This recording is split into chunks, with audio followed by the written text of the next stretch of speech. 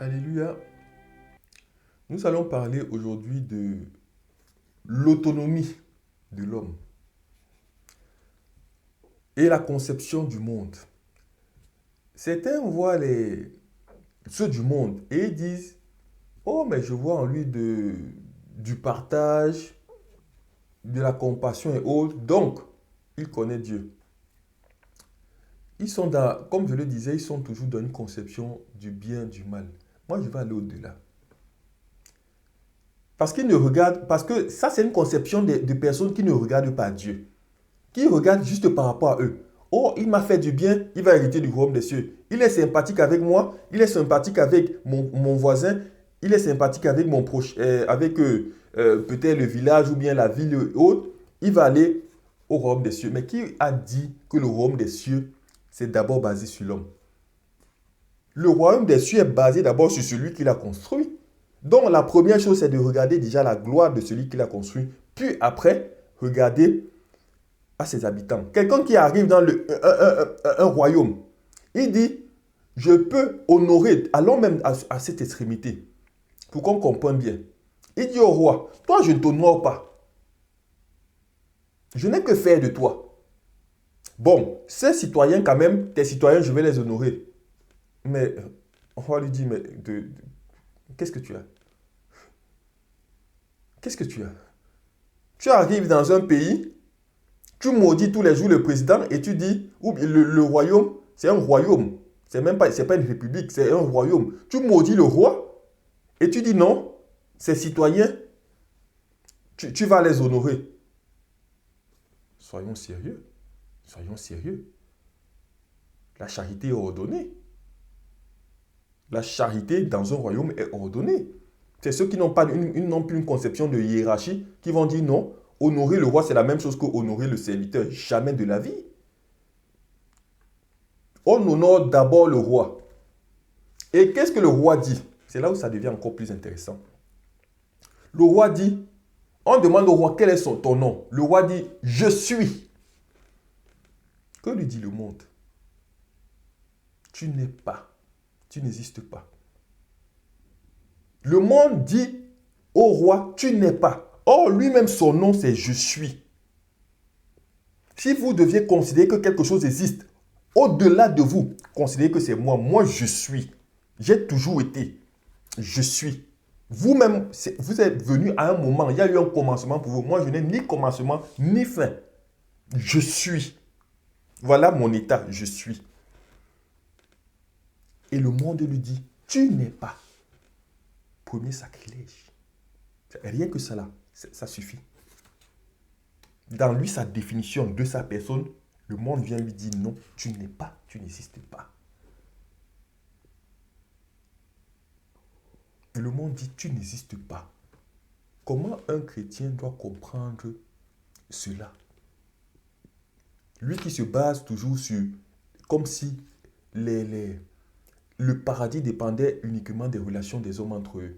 Le paradis dépend d'abord d'une personne. Je vais aller plus loin. Pour simplifier encore la tâche à ceux qui ne veulent pas aller ou qui ne veulent pas suivre. Il y a des principes.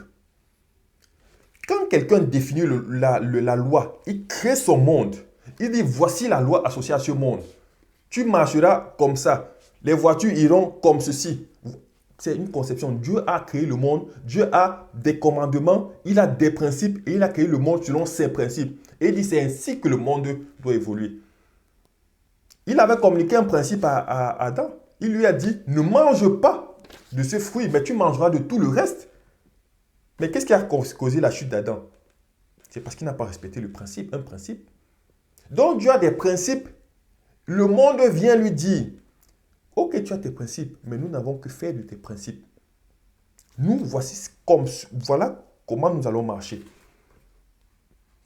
Voilà comment nous allons marcher. Et je vais toucher un point sur l'homosexualité. Quand l'homosexualité, supposons deux femmes qui s'aiment véritablement, elles ne sont pas à se tromper ou à se faire du mal, elles vivent ensemble. Mais dans le principe, quand on regarde le fond, hormis la tradition, quand on regarde de façon objective, quel mal ont-elles fait?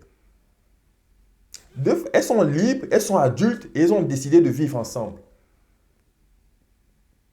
De façon étatique, de façon si la tradition, le peuple, ça ne les gêne pas, mais elles n'ont rien fait de mal.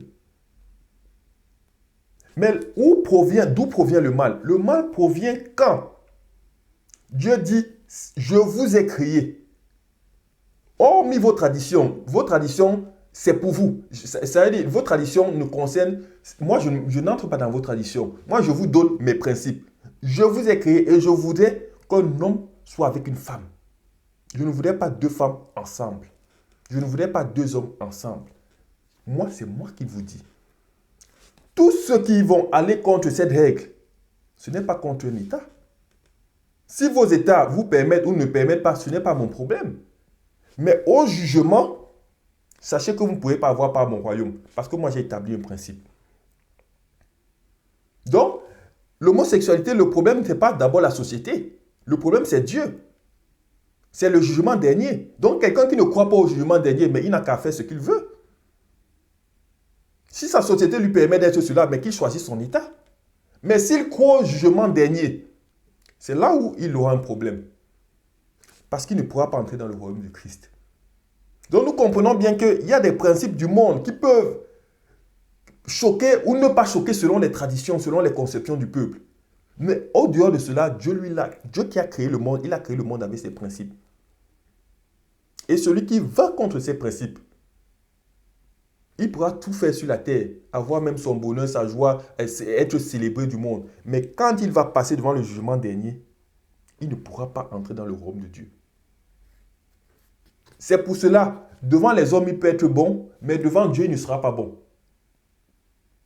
Parce qu'il a refusé le principe de Dieu.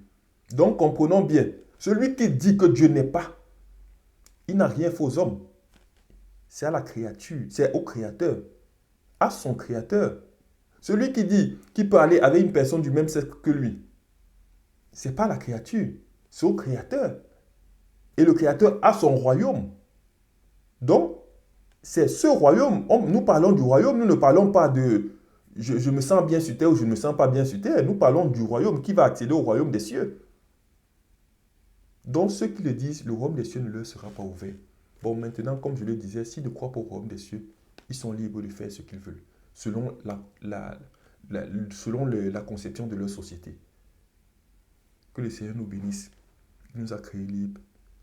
Il nous accorde sa grâce pour que nous respections ses commandements. Amen.